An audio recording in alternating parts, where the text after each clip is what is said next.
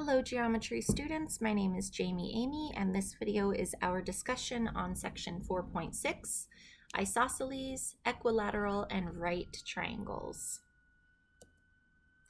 An isosceles triangle has exactly two congruent or equal measure sides. Then these two sides are called its legs, okay? So if you have an isosceles triangle, then the two congruent sides we call the legs. The third side we're going to start to call the base. So you guys already knew about an isosceles triangle, but now we know more specifically legs and base. The angle opposite the base is called the vertex angle, okay? Opposite the base. So here's the base, so it'd have to be this angle opposite of it. So vertex angle. And the other two angles adjacent to the base, that's these two right here, they're called the base angles. All right, so lots of parts with more specific names to an isosceles triangle now. The isosceles base angle theorem says that if we have a pair of congruent sides, for example, side AB congruent to side AC, you can also see that marked off in the figure here, then we can conclude that we also have congruent angles. You can see it here, or you can see it marked off in the figure here. I always kind of think of it as these little congruent marks. They're pointing to the congruent arrows. So, I'm sorry, they're pointing to the congruent angles. So it's these two angles that are congruent, the base angles. It's important to remember that it's the base angles that are congruent in an isosceles triangle. All right, let's use the figure and markings to find the values of x and y. So this is an isosceles triangle with exactly two congruent sides. So we can use that theorem. Now it's been twisted on its side, so if you need to for a while, if you need to redraw it so that it's at an orientation that you are more comfortable with, then that's fine. Or maybe you can turn your computer, or if you have this printed out, you can just twist your paper 90 degrees. Let's see. So it would look like that there. And so if these were two little arrows here pointing to the base angles, we're saying that this and this are congruent angles. Okay, let me erase that and I'll show it on here. This angle and this angle are congruent angles. Okay, well, if that is the case, that means they have to have equal measure. We know this one measures 58 degrees, and we know from the triangle angle sum theorem that all three of the angles have to add to 180 degrees. So we can write an equation with the x and y in it. Ooh, but we don't want an equation with x and y, so let's see what we can do. Well, we can take the original equation with the x and the y, knowing that x and y are equal to each other. That allows us to use substitution right there, this step right here. Switching y to x is justified by substitution, and that is allowed because we know that the measure of angle x is equal to the measure of angle y, making x equal to y. And combining like terms for that step, division property of equality brings us to x equals 61.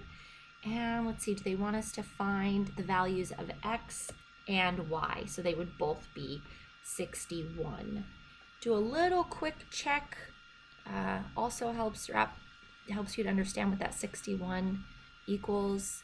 And yes, those three angles do add to 180 degrees. Perpendicular bisector of the base of an isosceles triangle.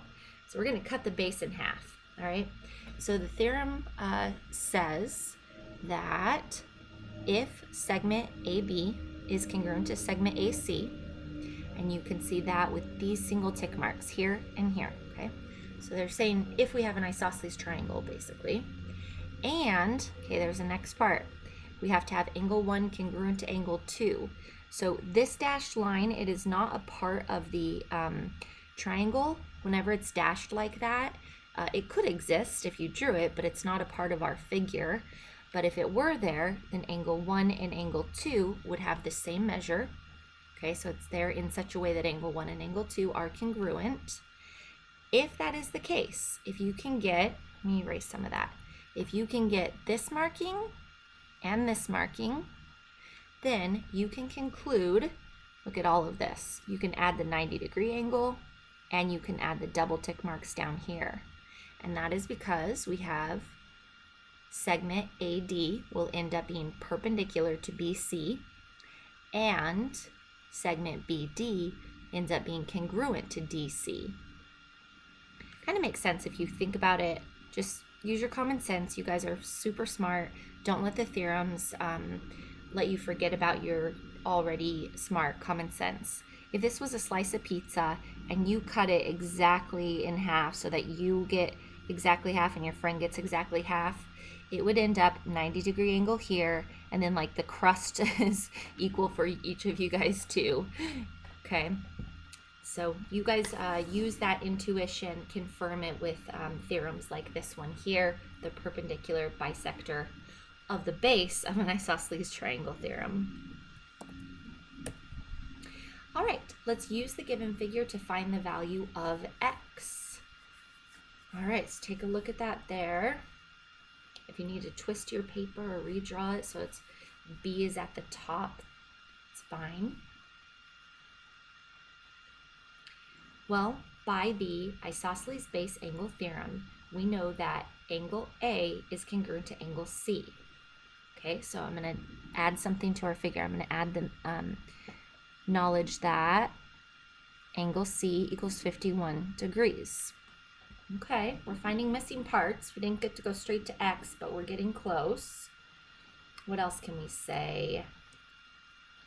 Well, we know by the perpendicular bisector of the base of an isosceles triangle theorem, we know that this right here, BD, and this right here, AC, are perpendicular. That allows us to add, watch the markings, these two 90-degree angles right there. Okay, now we've found a lot of missing parts. We haven't found our X yet, but we have everything that we need now. I want you to now focus your attention on just this triangle right here, okay?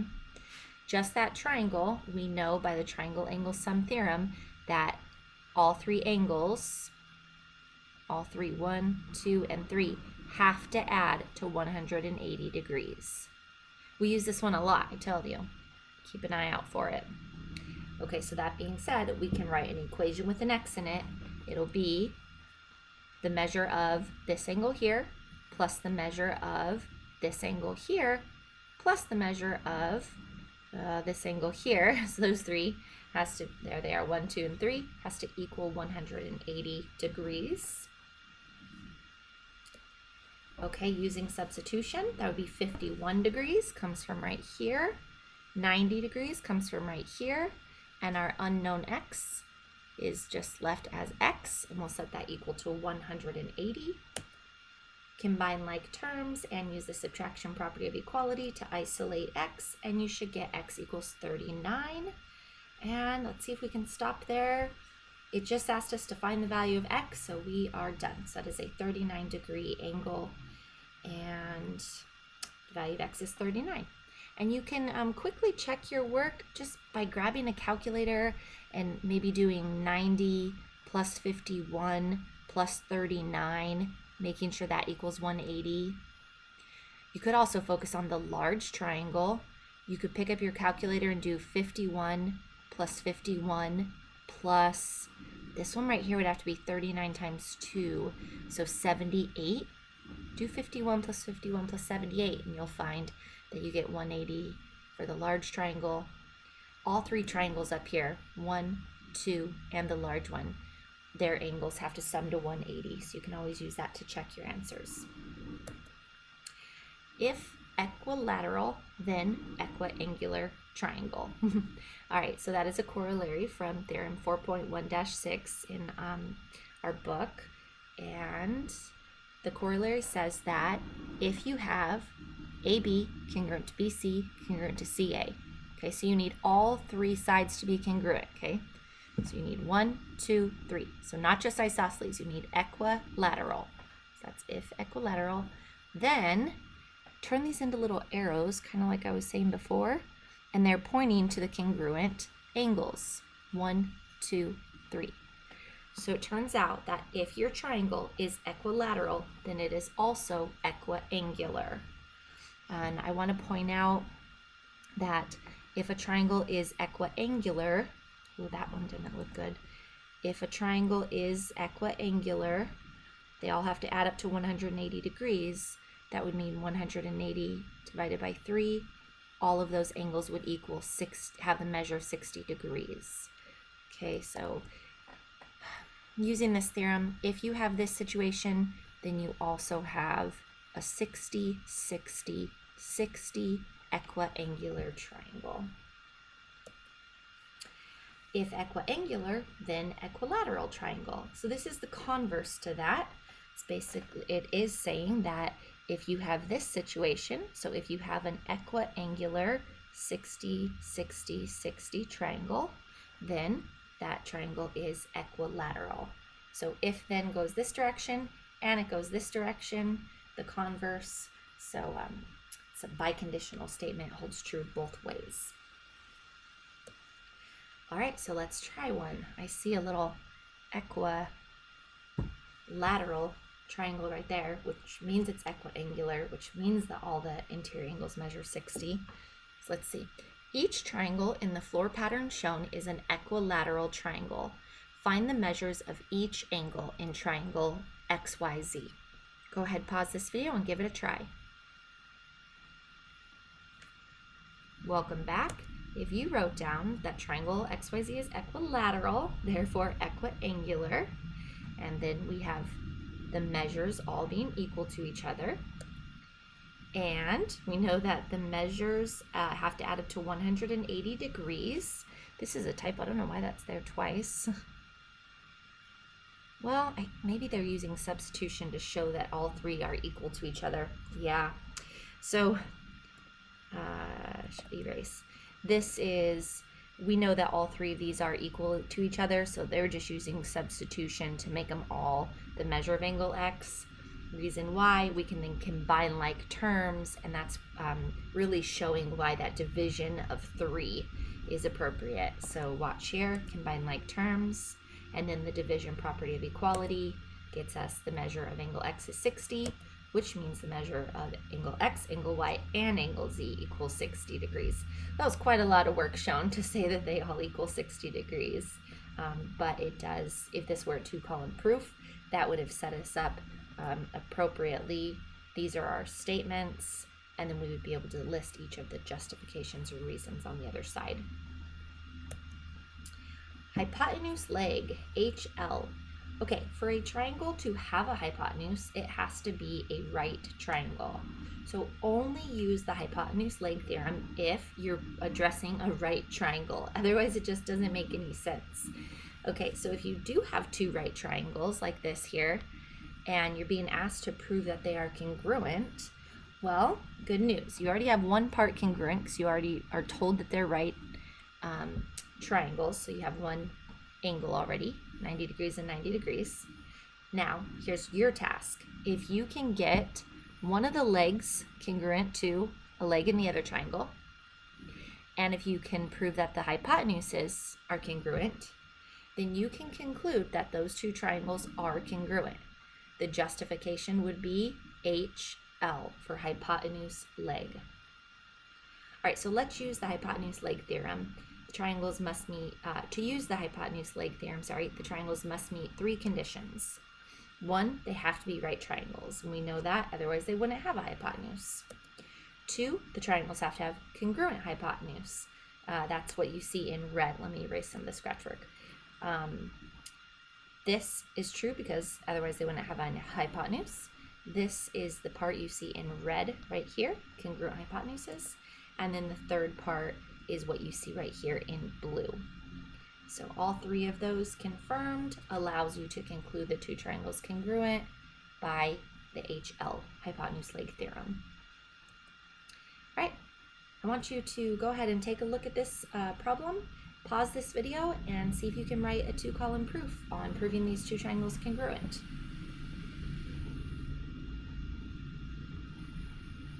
Welcome back. Let's see how you did. if you started with, just noting that the two triangles are right triangles. Okay. On our next slide, we'll start writing it out. Okay, so we were told that segment BE bisects segment AD at point C. This means it cuts it in half. So watch, let me add the markings there. So it's 1, 2. Cuts that segment AD right in half. So that was a given statement, but look what it led us to. It allowed us to write those single tick marks. So to write that as a statement, it would be AC is congruent to CD, definition of bisector. Okay. All right, that doesn't lead us to anything else. So we either need to find something on our own, like I see vertical angles up there, or state something else that was given. So let's go with this part that was given. Segment AB is perpendicular to segment BC, and segment DE is perpendicular to segment EC. Knowing that those are perpendicular was given to us. What does that lead us to? What can we state? We have a side here so far. That's about it. Can we state any other congruent sides or congruent angles based on that? Well, it leads us to the knowledge that angle B and angle E are right angles. That's because definition of perpendicular. So we needed that one between step, and then that allows us to say that triangle ABC and triangle DEC are in fact right triangles because they each have a right angle. All right, so this gets us the right triangle requirement. So we're headed toward hypotenuse leg. So we have the right triangle requirement, we have the side requirement, and now we need the hypotenuse leg requirement. Okay, so we can state that side AB is congruent to side DC. That was also given to us. And so that gave us, this was our hypotenuse, this was our right angle, and this is that leg that we needed. My markings up there are a little misleading. Let me redo it. This one gave us our hypotenuse, 1, 2. I'll use the single tick mark. This one here gave us the fact that we do have right triangles, 1, 2. And this statement right here is what gave us our congruent leg, 1, 2. There we go. That might make it a little more obvious. We've got our 90-degree angle, we've got our leg, and we've got our hypotenuse. All right, so we can say that those two triangles are in fact congruent by hypotenuse leg. And that will conclude our discussion on section 4.6 and chapter 4 altogether. My name is Jami Emigh. Thank you for joining me, and I will see you next time for our discussion on chapter 5.